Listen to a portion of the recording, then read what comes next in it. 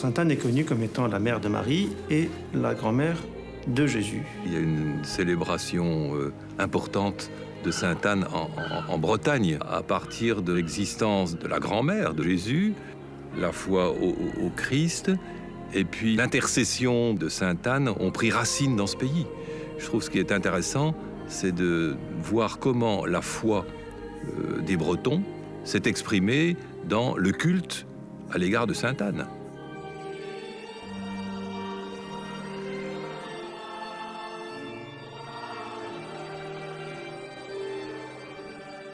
Dans cette région qui est attachée à ses racines, à sa culture, à ses traditions, eh bien, on peut dire que Sainte Anne est une belle figure qui porte cette valeur, cette capacité à transmettre aux générations suivantes ce qu'elle a reçu. Sainte Anne, celle qui a transmise à Marie l'art d'écouter et de méditer la parole de Dieu.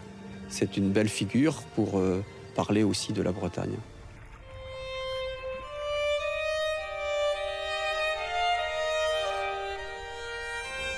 Sainte Anne a vécu au 1er siècle avant notre ère. Elle est née autour de 63 avant Jésus-Christ. C'est le moment où il y a de gros désordres dans la Terre Sainte, entre les différents Hircan II, Aristobule II, les luttes entre les grands prêtres, entre les princes, et Rome vient mettre un petit peu d'ordre en envoyant le général Pompée, qui va donc prendre le temple et la ville de Jérusalem en l'an 63. L'autorité commence à échapper au peuple juif petit à petit. Et à ce moment-là, bien arrive la grand-mère de Jésus. Elle est d'un père qui a à la fois une propriété à Bethléem et une propriété à Jérusalem, puisqu'il a des responsabilités au temple. Et du coup, Anne va grandir entre Bethléem et Jérusalem. Il n'y a jamais que 10 km d'écart. Mais en tout cas, depuis la maison familiale de Jérusalem, qui est l'actuelle église de Sainte Anne à la porte nord du temple, elle a pu assister à toute l'histoire juive de son temps. La vie de son peuple à ce moment-là étant essentiellement l'attente du Messie et ce frémissement messianique que tout le monde sent, que le Messie va venir, que petit à petit on arrive au temps des prophéties de Daniel. Et on voit d'ailleurs dans les Actes des Apôtres au chapitre 7 que plusieurs se sont présentés comme les Messies et puis tout est tombé à l'eau, etc. Donc on est dans une époque de grande espérance, de grande confusion, et en même temps, au milieu de ce monde difficile, eh bien, on voit grandir une jeunesse claire et pure, dont Anne et son mari, Joachim, sont des exemples merveilleux. Pour un regard moderne, les évangiles restent malheureusement silencieux sur un certain nombre de relations, de personnages. Et nous, on trouve que c'est un peu dommage dans notre approche un petit peu pratique, historique. Les évangiles ne visent pas à nous faire un récit historique des choses, même s'il y a de l'ordre de l'histoire. Mais de quelle histoire? C'est une histoire qui est une histoire en même temps porteuse d'un sens théologique. La présence de Sainte Anne et de Saint Joachim est rassurante. Et en même temps, elle n'est pas indispensable, enfin elle n'est pas nécessaire. Même le rôle de Marie est quand même très réduit dans l'Écriture. Les évangélistes sont d'abord des témoins du Christ. Ils sont d'abord des témoins de Jésus. C'est la raison pour laquelle et Marie et Joseph tiennent très peu de place dans les évangiles. Donc les évangiles, ils sont là pour témoigner et parler du Christ, et en particulier de sa passion et de sa résurrection.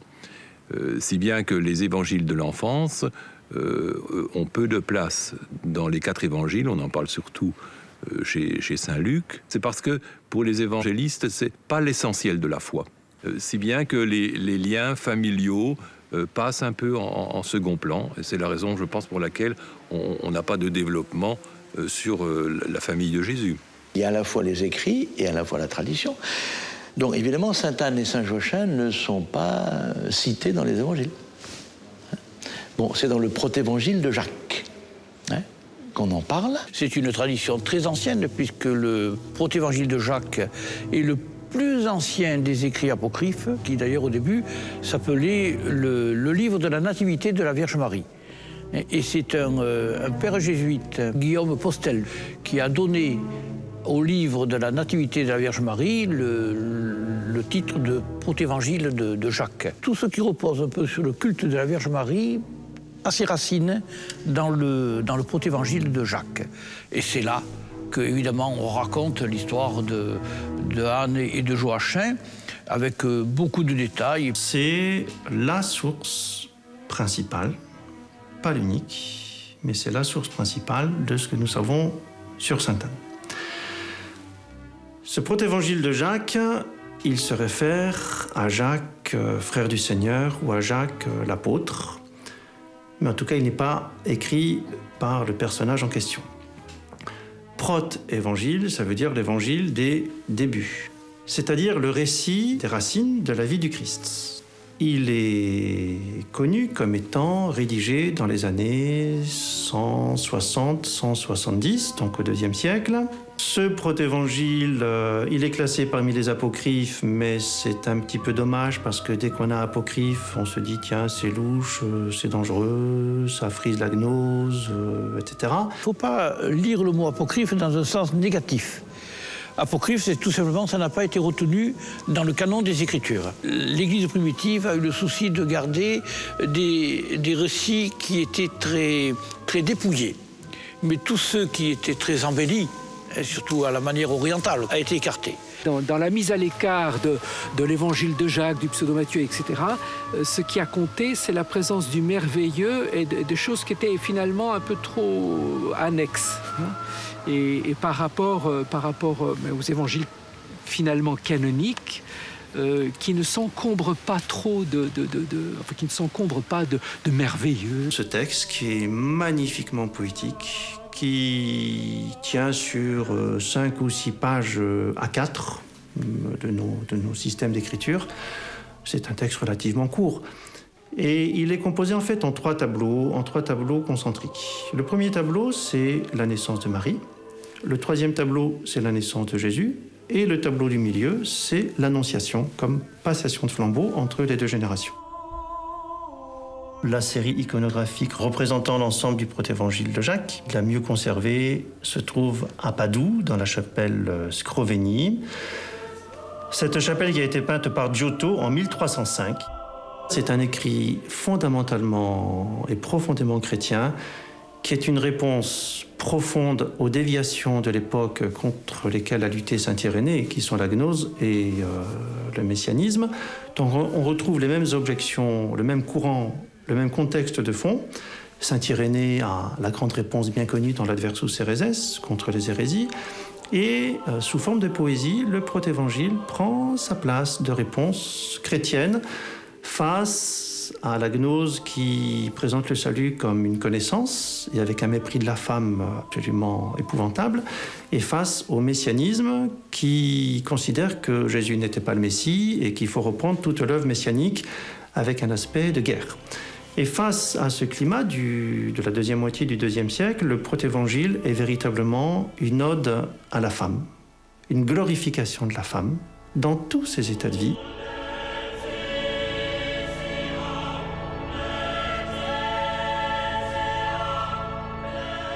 Alors comment est-ce que Anne et Joachim ont pu se rencontrer ? Eh bien, c'est pas très compliqué. Joachim est éleveur, il a des troupeaux, et ces troupeaux, eh bien, il vient les présenter au temple de Jérusalem pour les différents sacrifices. Le père de Anne, lui, en tant que prêtre et responsable au temple, eh bien, il doit accueillir ses troupeaux et procéder aux purifications. Ce qui explique la maison paternelle d'Anne est juste à côté de la piscine de Bethesda. Et c'est dans ces grands bassins qu'on lavait les brebis avant le sacrifice. Et donc on imagine assez facilement que la jeune Anne, du haut de ses 18-19 ans, vivant là avec son père pour les services du temple, rencontre un beau jour ce jeune berger qui arrive avec ses troupeaux, Joachim, qui avait dans les 18, 19, 20 ans aussi, et puis que l'amour va jaillir dans leur cœur. Et donc voilà ce beau mariage, cet engagement de jeunes qui vont vivre une grande épreuve, qui est l'épreuve de la stérilité. Pendant grosso modo une vingtaine d'années, ce qui nous mène Anne et Joachim autour de la quarantaine. Et arrivé à cet âge-là, où l'horloge biologique tourne aussi pour sainte Anne, quoi qu'il arrive, Joachim, un beau jour, va offrir un énième sacrifice au temple. Et c'est là qu'il est reçu par le prêtre de service de ce jour-là ou de cette semaine-là, qui manque peut-être un petit peu d'ouverture spirituelle et qui va lancer à Joachim cette injure terrible. Tu es stérile, donc tu es maudit de Dieu, et donc tu n'as rien à faire au temple, quoi. Et Joachim explose, et le ménage explose, et Joachim divorce. Voilà, il faut avoir le courage de dire les choses par leur nom. Leur couple a explosé. Joachim s'en va donc dans la campagne auprès de quelques bergers. Et le lieu traditionnel qui est gardé en Terre Sainte, c'est le monastère de Saint-Georges in Kosiba, dans le Wadi Kelt, à une quinzaine de kilomètres à l'est de Jérusalem. Joachim arrive tout penaud, tout triste. Ses bergers ne comprennent pas. Le petit chien est tout à fait interrogateur. Joachim est là dans un double chagrin qui est la stérilité et puis maintenant cette claque reçue de l'autorité religieuse. Anne se retrouve toute seule, abandonnée, et elle connaît aussi cette situation de tant et tant de femmes qui se retrouvent seules, abandonnées par leur mari, dans le chagrin, l'incompréhension, la solitude. Et dans sa prière, il est magnifique de voir cet ange qui passe par la fenêtre pour dire à Anne, eh bien oui, ton mari est parti, mais ne t'inquiète pas, il va revenir. Joachim, lui, est descendu au désert, et l'agneau qui a été refusé par le prêtre, eh bien il va quand même l'offrir à Dieu. Et de manière extrêmement émouvante, on voit l'agneau qui brûle, et puis on voit tout en haut la main de Dieu qui sort du ciel en signe d'accueil et d'agrément. Quelque temps plus tard, un ange reconnaît les mêmes ailes, le même ange, la même figure que l'ange qui était allé trouver Sainte Anne dans sa chambre. L'ange vient dans une diagonale extraordinaire. C'est le fameux songe de Joachim où l'ange lui dit « Écoute, ce que tu as fait, c'est pas bien, il faut vraiment retourner auprès de ta femme. » Donc Joachim remonte auprès de sa femme. Anne est descendue à la porte dorée pour accueillir son mari et voyant son mari arriver de loin, court et se jette à sa rencontre. Cette représentation est absolument merveilleuse dans la mesure où nous voyons un personnage en noir, en deuil, le visage à moitié voilé, mais avec quelques servantes autour et les servantes portant une robe de fête. Moi j'aime bien penser que ce personnage c'est Sainte Anne. Mais Sainte Anne dans sa période d'abandon, de deuil, de questions. Et l'embrassade d'Anne et Joachim dessine un cœur absolument merveilleux. Ce regard si proche et si profond est absolument étonnant. Et ça nous amène 9 mois plus tard à la naissance de Marie. On retrouve la même petite chambre et nous avons, comme toutes les représentations de la nativité de Marie, les servantes, les sages-femmes qui font la toilette de l'enfant au pied du lit et puis l'accueil de l'enfant par la maman. Et puis on continue l'histoire du protévangile de Jacques avec le moment majeur qui est la présentation de Marie au temple et la petite Marie qui monte accueillie par le grand prêtre. Et dans cette présentation de Marie au temple, on a toute l'offrande d'une petite fille qui se donne au Seigneur, de parents généreux, fervents, pieux, qui offrent leur enfant. Et puis, concrètement aussi, on a l'entrée de Marie dans cette école du Temple, la meilleure école de cette époque, auprès des meilleurs rabbins juifs et donc le meilleur enseignement biblique qui puisse être. Dès que Marie est présentée au Temple, ce protévangile et les autres textes anciens ne parlent plus ni d'Anne, ni de Joachim. En tant que parents, ils ont rempli leur mission, ils ont passer en quelque sorte leur enfant au temple. Et maintenant, c'est au Seigneur de guider Marie. Ce qui amène à dire qu'on ne peut pas savoir si Anne a connu l'enfant Jésus ou pas. On peut très bien penser que Sainte Anne a connu son petit-fils, mais aucun texte écrit ne permet de l'affirmer.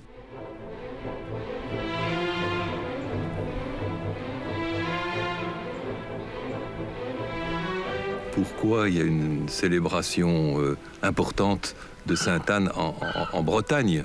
Derrière, il y a une légende. On dit qu'une dame du château de Moëlien, qui avait un mari jaloux et très violent, quitta un soir le manoir de Moëlien, le château de Moëlien. Elle descendit jusqu'à la plage qu'on appelle Sainte-Anne-la-Palue. Elle vit une lueur. Et c'était une barque conduite par un ange. Elle s'embarqua et partit jusqu'en Judée. Arrivée en Judée, elle s'est mariée. Donc elle se serait donc mariée avec Joachim et a donné naissance à Marie, la mère de Jésus. Voilà. Mais elle avait le mal du pays. Et elle se languissait, et puis elle avait la nostalgie du Porzé. et de la belle terre de la Palue. Et alors, elle fut conduite de retour par un ange. Alors avant de mourir, Jésus serait venu et elle aurait demandé précisément que dans ce lieu, on puisse édifier une chapelle et qu'il y ait une source. Et Sainte Anne a donné ce pouvoir-là à l'eau qui coule dans cette fontaine, là, Sainte Anne la Palue. C'est une eau de tout remède. Et du coup, ce lieu est devenu un lieu de pèlerinage où on est venu vénérer Sainte Anne. Anna aussi, en gaulois ou en langue celtique, ça veut dire marée. Est-ce qu'on n'a pas christianisé ce nom-là pour mettre la mère de Marie? Il y aurait une collusion probablement entre une Anna, qui serait une déesse irlandaise, qui serait considérée comme la mère des Bretons. On aurait christianisé la vénération qu'on avait pour cette déesse, on l'aurait christianisée en la rapportant à Sainte Anne, voilà, la mère de Marie. J'ai ma version à moi de Sainte Anne devenant patronne de la Bretagne. C'est arrivé de la façon la plus officielle possible, c'est-à-dire là-haut. C'était un soir, en paradis. Brusquement, la bonne Sainte Anne s'en fut trouvée d'un air très crâne. Jésus, qui parut tout surpris de voir à cette heure tardive Sainte Anne s'avancer pensive. C'était un soir en paradis. Que fais-tu là, bonne maman? Pourquoi prends-tu cet air si grave? Rencontrerais-tu quelque entrave à ton bonheur? Oui, mon enfant, répondit Sainte Anne attendrie. C'est qu'en paradis, je m'ennuie. Que dis-tu là, bonne maman? Eh oui, j'y ai trop de loisirs et je voudrais un peu d'ouvrage. Eh bien, souris-moi, car je gage que je vais combler les désirs. J'ai la Bretagne et te la donne. Si tu veux, sois-en la patronne. Ainsi seront pris tes loisirs. Dans la légende, il y a une lecture plus enrichie que la simple lecture technique ou chronologique de faits, mais il y a une mise en scène théologique. C'est-à-dire, à travers les récits un peu merveilleux, on veut dire quelque chose. C'est comme si on disait que la poésie n'avait pas d'importance, finalement. Et la poésie ne dit rien de scientifique, de technique, mais elle va évoquer, elle va dire symboliquement, par les mots, par les rythmes, par les couleurs qu'elle va suggérer, elle va dire quelque chose de plus profond. Je pense que dans le merveilleux, il y a quelque chose de cet ordre-là. Quelle que soit, je dirais, l'histoire passée, l'histoire légendaire, à la limite, peu importe. Ce qui est essentiel, c'est de voir comment le culte à l'égard de Sainte Anne s'est développé dans cette région. D'ailleurs, il semble bien qu'il y ait eu des ermitages qui étaient en lien d'ailleurs avec l'abbaye de Landévennec, et donc le culte envers Sainte Anne s'est mis en place.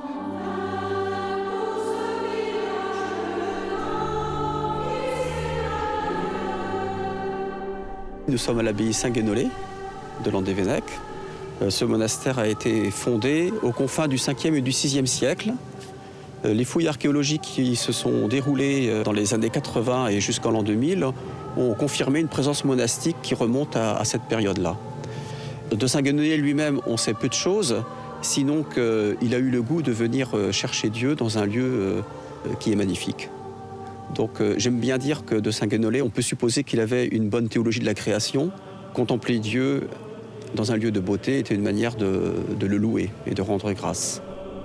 Selon la légende, qui est illustrée d'ailleurs dans les vitraux de l'église de Sainte-Anne-la-Palue, Saint-Guénolé, Gralon et Corentin sont associés au lieu de Sainte-Anne, voilà, aux confins du 5e, 6e siècle. D'un point de vue historique, ce qu'on peut simplement dire, c'est que en 1639, donc au XVIIe siècle, la chapelle de Sainte-Anne à Sainte-Anne-la-Palue est dépendante de l'abbaye Saint-Guénolé de Landévennec. Aujourd'hui, ce qu'il reste de cette ancienne tradition, c'est que l'abbé de Landévennec est invité à participer au pardon de Sainte-Anne chaque année, le dernier dimanche d'août. Et nous sommes heureux d'accompagner le peuple chrétien et de prier avec les pèlerins de Sainte-Anne.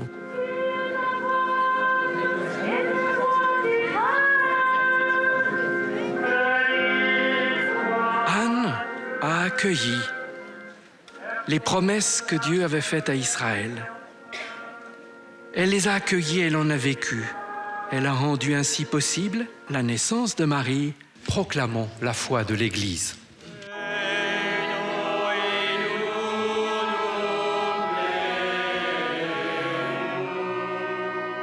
Le mot pardon, je trouve en Bretagne, correspond souvent à une fête patronale, correspond aussi à un pèlerinage. Cette procession avec les bannières, hein, ces nombreuses bannières, ça c'est quand même typiquement breton.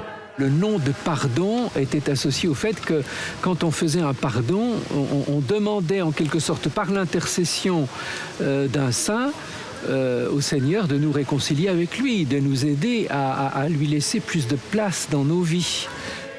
Ce sont des moments qui rassemblent les gens dans une certaine simplicité de la foi, où on va chanter, acclamer le saint que l'on célèbre, hein, que l'on fête, toujours en lien avec Jésus-Christ, bien sûr. Ici, l'on chante beaucoup. Et on constate que les gens de la côte chantent beaucoup plus que les gens de la terre, de l'intérieur, disons. Parce que les gens de la côte sont habitués à parler très fort et à chanter très fort, parce qu'il faut contrer le bruit du vent, le bruit de la mer.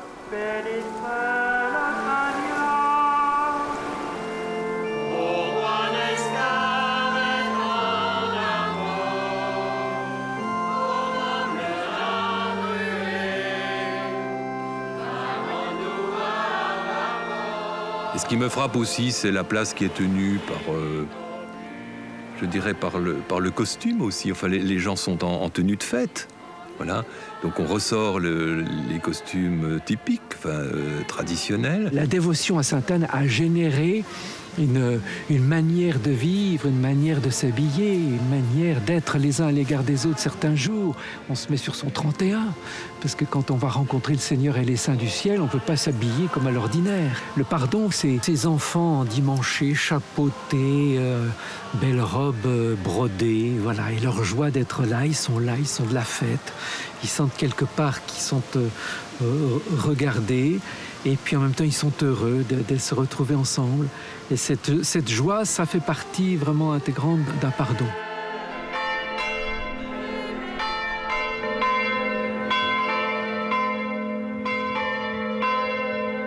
Ce genre de manifestation aide à approfondir la foi chrétienne.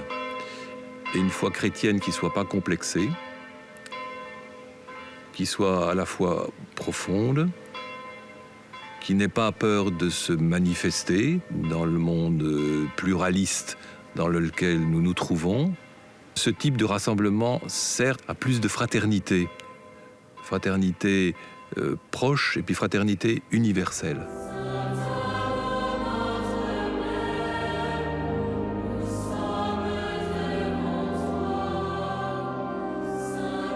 Ici, nous sommes au bas de la nef de la chapelle de Sainte-Anne-la-Palud, devant la chapelle privilégiée où est exposée la statue couronnée de Sainte-Anne. Il y a un magnétisme très très puissant là. Donc on l'a placé là-dessus. Et c'est pour ça que les gens, en faisant le tour, là, certains sont très émus ou ils se sentent très bien. Il y avait des messes votives qu'on disait là, qui étaient célébrées là. Et alors, le pèlerin, quand il arrive là, évidemment, pour terminer son pèlerinage, il fait le tour de l'oratoire. Et on passe sous la pierre, évidemment, on touche la pierre. Et ils font 3 fois le tour de l'oratoire. Quand on vient en pèlerinage auprès d'un tombeau d'un saint ou qu'on vénère une statue, eh bien, on y vient avec le désir de se convertir, de progresser dans la vie chrétienne. On reconnaît qu'on est pécheur et on demande pardon pour retrouver justement la pureté de la vie baptismale. Et puis du coup, ça suscite le renouveau de la foi et ça fortifie la foi. Il y a 19 fenêtres sur la chapelle et ils ont décidé de les doter de grandes verrières qui ont été mises en place entre 1935 et 1937. Les verrières du chœur racontent dans 2 fenêtres la vie de Sainte-Anne et de Saint-Joachim, la nativité de la Vierge, les fiançailles de Sainte-Anne. Et alors en bas-relief, c'est la découverte de la statue de Père Nicolasique de Sainte-Anne dorée. Le vitrail du transept sud, c'est la découverte du corps ou des reliques de Sainte-Anne dans la basilique d'Apt. Les sanctuaires de Sainte-Anne, il y en a 2 principaux. C'est Sainte-Anne dorée, qui est de très loin le plus connu, et Sainte-Anne d'Apt, dans le Vaucluse. Apt se situe à 60 km à l'est d'Avignon, dans cet endroit qui sont déjà les Préalpes, qui sont toujours dans le Vaucluse. Dans un sillon de la vallée, il y a la construction de la ville d'Apt dans les années 40-43 avant Jésus-Christ. La ville s'appelle Apta Julia, donc le lieu bien trouvé par Jules. Et c'est un lieu de passage entre les Alpes et la Méditerranée. Et ça a été un lieu très vite occupé par les Romains. Oh, je pense que c'est tout simplement dans un esprit de conquête. La chapelle Sainte-Anne, c'est sûrement le lieu le plus important de la cathédrale. Cette chapelle, elle a été construite au début du XVIIIe siècle, grâce aux dons d'Anne d'Autriche. Anne d'Autriche donc n'arrivait pas à avoir d'enfants. Elle a beaucoup prié Sainte-Anne, et en fait, elle a eu Louis XIV, et elle est venue ici pour remercier Sainte-Anne. Et elle a été extrêmement généreuse. Elle a fait un don assez important et qui a permis la construction de cette chapelle au début du XVIIIe siècle. Ce qui s'impose, c'est d'abord le reliquaire. Le reliquaire avec, vous voyez, les bustes. Ce sont des bustes du XIXe siècle, parce qu'ils ont été détruits, vandalisés et refaits au XIXe siècle. Sainte-Anne au milieu, avec Saint-Castor et Saint-Hospice, les 2 patrons d'Apt, avec Sainte-Anne. En dessous, au centre, vous voyez, Elzéar et Delphine de Sabran. C'est dans cette ville que nous vénérons les reliques de Sainte-Anne.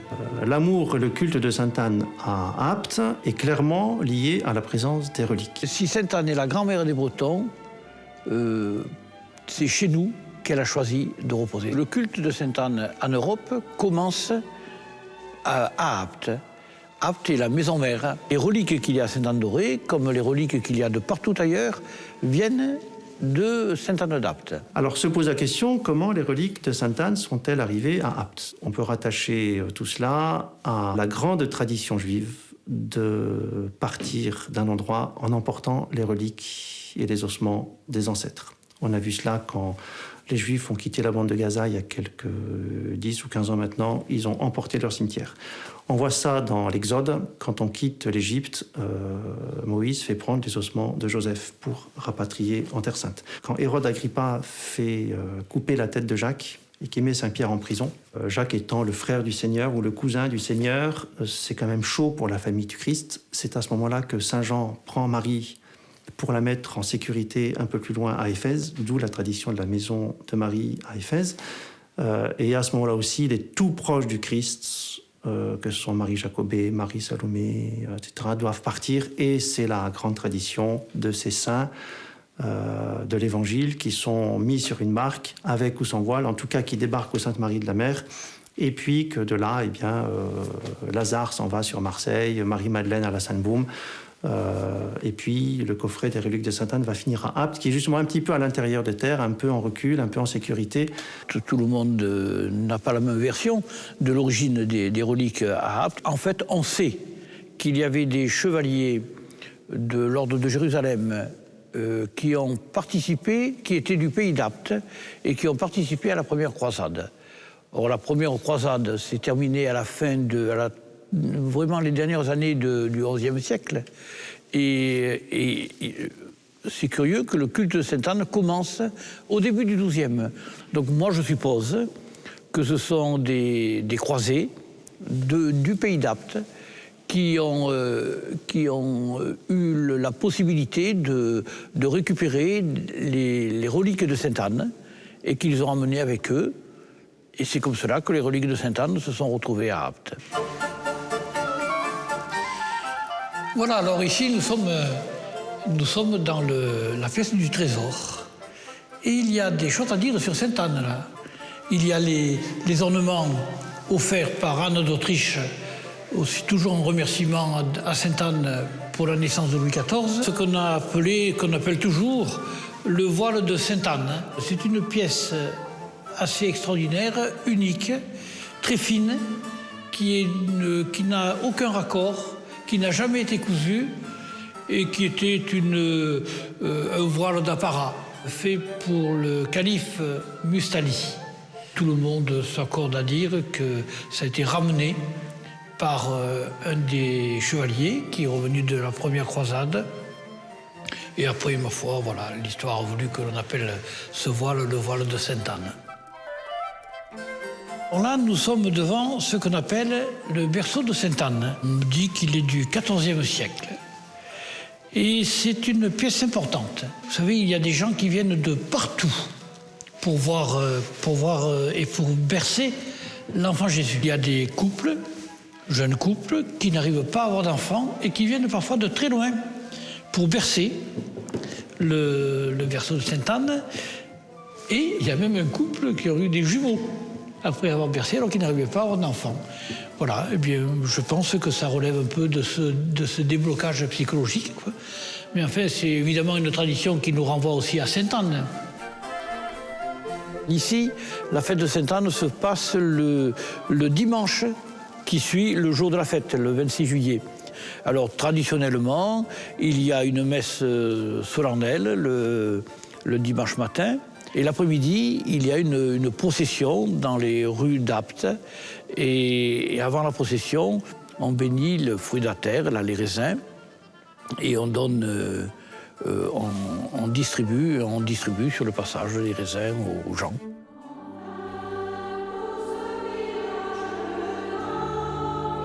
À Sainte-Anne-d'Auray, on a une tradition qui est complètement différente, qui n'est pas liée à des reliques ou à des ossements, ou à une tombe donc finalement, mais qui est liée à une apparition de Sainte-Anne à Nicolas-Zic entre 1623 et 1625. Comme la Sainte Vierge est apparue à Lourdes, eh bien Sainte-Anne, sa maman, est apparue ici. Et c'est le seul endroit au monde où Sainte-Anne, la maman de Marie, est apparue. La première apparition a eu lieu à La Fontaine. Donc Nicolas-Zic venait à la tombée de la nuit faire boire ses bœufs. Yvon Nicolas-Zic décrit cette dame donc habillée de blanc avec une grande majesté. Lorsque Sainte-Anne apparaît ici, donc au début du XVIIe siècle, d'abord le village s'appelle Kerana. Donc ça veut dire le village d'Anne. Il priait Sainte-Anne comme tous les habitants de ce hameau. C'était une tradition de ce terroir. Il y avait autre chose qui se disait, qu'il y avait eu ici autrefois une chapelle. Et ils vont en avoir les preuves lorsqu'il va découvrir la statue au milieu des ruines. C'est là qu'il va comprendre que là, il y a en dessous la terre et les ronces et les arbustes, il y a des pierres et que ces pierres venaient donc de la chapelle qui était là en dessous. Il y avait le signe qu'au 7e siècle, ici, il y avait déjà une dévotion à Sainte-Anne. Elle a continué ici, puisque Yvon Nicolas-Zic, des siècles après, avec les autres de ce hameau, priait Sainte-Anne. Au Moyen-Âge, il y a beaucoup d'endroits où on va trouver une statue, ou bien il va y avoir une apparition, et vont se développer justement des rassemblements et des pèlerinages. On pourrait appeler ça de la piété populaire, mais qui est aussi enracinée sur la foi. Je pense qu'on peut pas mépriser ce genre de démarche et d'actes, parce qu'au fond, il y a une confiance dans les saints qui peuvent prier pour nous, qui peuvent intercéder pour nous. Et du coup, c'est une manière de vivre sa foi d'une façon simple et de poser justement un acte de confiance en ceux qui sont capables d'intercéder auprès de Dieu. Nous nous trouvons ici dans ce que l'on peut appeler l'autel de la dévotion, là où les gens viennent prier principalement, donc devant la statue de Sainte Anne, qui contient le reste de la statue découverte par Nicolas Zic, parce que celle-ci a été brûlée à la Révolution. Et donc, à gauche, dans ce globe, il y a les reliques de Sainte Anne qui ont été données au sanctuaire par Louis XIII, la relique venant d'Apt.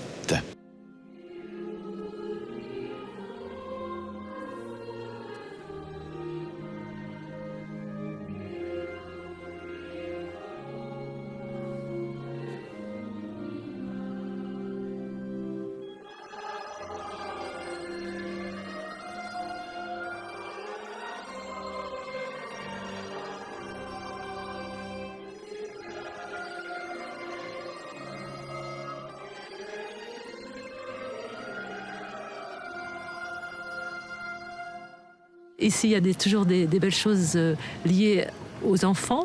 Dans ce sanctuaire, Sainte Anne, beaucoup sont venus la prier dans des difficultés pour avoir des enfants ou dans des difficultés relationnelles. Sainte Anne, c'est cette mère et cette grand-mère, hein, mère de la Vierge Marie, qui l'a éduquée, qui lui a transmis cette parole de Dieu. Alors c'est vrai que c'est une belle école, hein, une belle école de croyants et une belle école familiale que de venir auprès de Sainte Anne. Dans de nombreux endroits, on voit cette représentation de Sainte Anne assise qui présente le livre des Écritures à Marie enfant et donc qui, sur les genoux de sa mère, apprend à lire la parole de Dieu. C'est quelque chose de magnifique. La tradition iconographique se base évidemment très très fortement sur le protévangile de Jacques, mais je ne dirais pas tellement qu'elle se base sur le protévangile, elle se base sur la tradition orale dans laquelle va puiser le protévangile de Jacques. À Rome, à l'église Sainte-Marie-Majeure, qui date du 5e siècle, les mosaïques de l'arc triomphal sont particulièrement intéressantes. Donc on est là au-dessus du baldaquin, en haut à gauche, nous voyons l'enfant Jésus comme un roi sur un immense trône, un immense coussin, avec d'un côté Marie et de l'autre côté un personnage en noir. Ce personnage en noir, les différents spécialistes hésitent à en faire une représentation de la synagogue qui regarde cet enfant de manière assez perplexe. Les spécialistes hésitent également à voir dans cette personne une figure de Sainte Anne. Et si vraiment c'est Sainte Anne qui est représentée là, c'est clairement la plus ancienne représentation connue de Sainte Anne. Dans la mesure où ce personnage de Sainte Marie Majeure ne serait pas Sainte Anne, la plus ancienne représentation connue de Sainte Anne serait celle de Pharas. La cathédrale de Pharas, qui est une cathédrale du 8e siècle, a été démontée et transportée à Varsovie, à un des musées de Varsovie. Et nous avons là cette image tout à fait étonnante qui nous dit qu'il s'agit bien de Sainte Anne, Anna et Méter Théotokos. Anne, la mère de la mère de Dieu.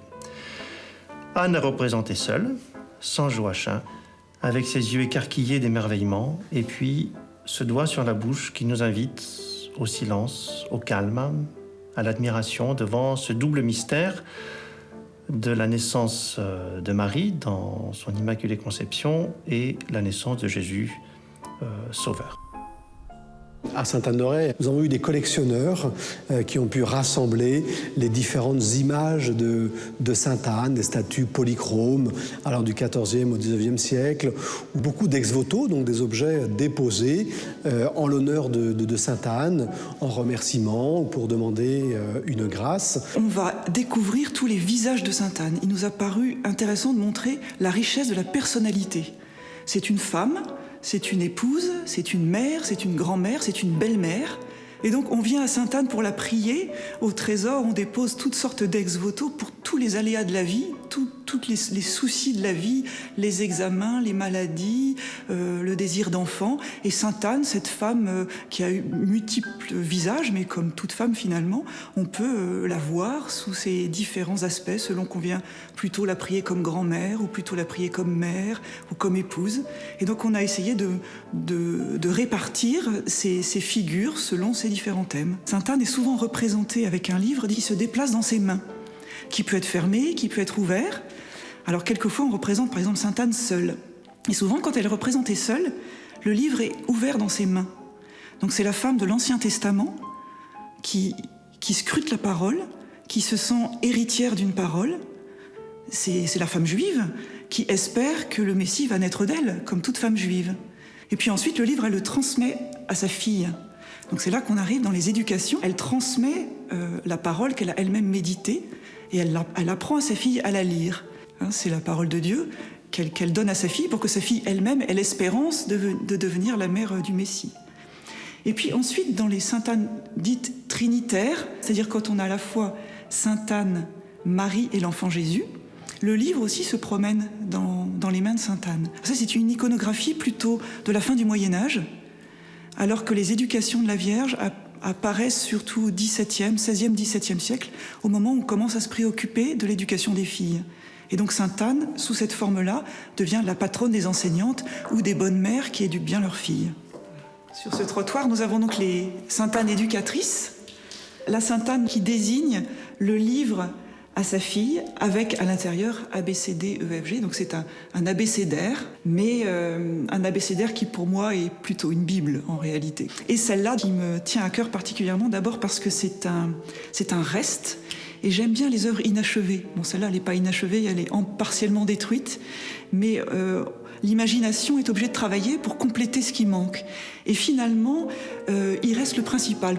Il reste un visage, un sourire, un regard, et puis une main qui désigne avec le doigt. Alors on sent bien, quand on compare avec les autres qui sont à côté, on comprend bien ce que Sainte Anne désignait et ce qu'elle faisait, mais ce geste est plein de sens, et chaque visiteur peut essayer de savoir ce que cette main lui désigne à lui, une perspective, un avenir, une question, voilà. Mais Sainte Anne a quelque chose à nous dire et à nous montrer.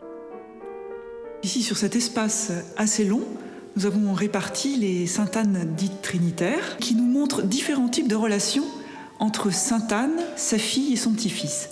La manière dont les visages vont se rapprocher, ou la manière hiératique, ou au contraire plus tendre, va nous dire finalement différents modes de relation de Sainte Anne avec sa fille et son petit-fils.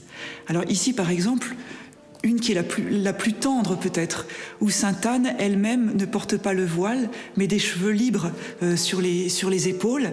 La petite Marie a la même chevelure, et puis l'enfant Jésus, on ne sait pas très bien s'il est dans le sein de Sainte Anne ou dans le sein de Marie. Voilà, il y a une coordination des deux femmes pour tenir l'enfant, et puis la main de Sainte Anne qui tient le pied. Alors le pied est assez altéré, on voit mieux ce geste ici sur cette deuxième sculpture, mais où là Sainte Anne a davantage une position de femme debout, de femme forte, elle est couronnée, alors que dans cette première sculpture, on avait vraiment une liberté de mouvement beaucoup plus spontanée et beaucoup plus affective, on va dire.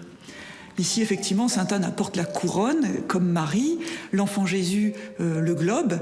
Donc là, on sent qu'on a voulu dire déjà quelque chose de la royauté du Christ, et du coup de l'honneur qui est dû à sa mère et à sa grand-mère, mais avec toujours cette tendresse affective qu'on ne retrouve pas du tout sur la suivante, par exemple, qui est beaucoup plus droite, avec ici une hiérarchie. Sainte Anne, Marie, l'enfant n'est que sur les genoux de sa mère, et non plus dans les bras de Sainte Anne.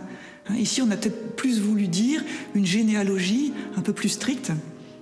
Voilà. Et l'enfant Jésus trônant quand même sur une Marie assise comme sur un trône. Alors ici, on a le livre fermé dans les mains de Sainte Anne et un livre ouvert dans les mains de l'enfant Jésus. Sainte Anne, c'est l'ancienne alliance, la femme âgée qui porte le voile, et puis son livre est fermé. Voilà, tout est dit dans ce livre, c'est terminé. Maintenant, place à la nouvelle alliance, à ce livre ouvert que l'enfant, lui, connaît, puisque ce livre l'annonce, lui.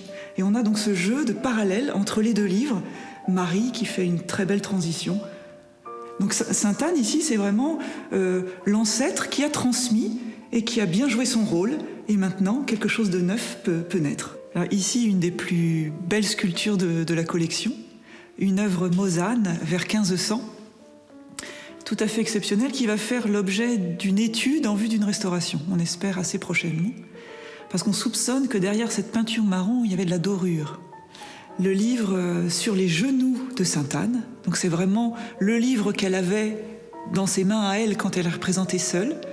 D'ailleurs, on voit qu'elle a encore les doigts entre 2 pages. C'est un livre qu'elle connaît, qu'elle a feuilleté, qu'elle a médité. Et cette fois-ci, c'est l'enfant Jésus qui joue avec les pages. Alors, on a une première lecture qui peut être très littérale et très réaliste. On a envie de dire à cet enfant, attention, faut pas le laisser faire, il va abîmer le livre. Vous voyez, il a un geste très très spontané de bébé. Et en réalité, quand on regarde plus attentivement, on s'aperçoit que lui aussi a un geste pour choisir une page. Comme sainte Anne a mis son doigt entre 2 feuillets, lui, il a délibérément choisi une double page, et lui a la bouche ouverte, c'est lui qui parle, alors que les 2 femmes écoutent. Elles ont la bouche fermée. Et donc c'est le Christ aux disciples d'Emmaüs qui explique ce qui le concerne dans les Écritures. C'est vraiment le Jésus qui accomplit ce que dit ce livre et qui l'explicite. Alors en plus, l'enfant est nu. On se demande quelquefois pourquoi dans les Saintes Annes trinitaires, l'enfant Jésus est nu. Il y a peut-être aussi toute une méditation sur le corps du Christ, donc le Verbe incarné, la parole, le corps donné. Voilà, on a ici cette très belle association des deux modes de présence finalement du Christ au cours de la messe, dans sa parole et par son corps. Et puis cette statue aussi très belle dans son dos. Il y a un geste vraiment très, très tendre de sainte Anne qui passe la main dans le dos de Marie. Et on retrouve, comme dans les sculptures plus anciennes, cette différence entre sainte Anne avec le voile de la personne âgée, alors que Marie a les cheveux libres sur les épaules, avec un grand naturel. Donc voilà, l'enfant sur les genoux de Marie, mais qui se tourne vers sa grand-mère. Sainte Anne est représentée enseignant à la Vierge Marie. Et on le voit aujourd'hui, le vecteur de transmission le plus important dans la société, ce ne sont pas les parents, sur les questions de la foi notamment, ce sont les grands-parents. Donc ce qui est représenté, ce qu'a fait Sainte Anne avec la Vierge Marie, nous le vivons aujourd'hui dans la relation, dans l'intergénérationnel entre les grands-parents et les petits-enfants.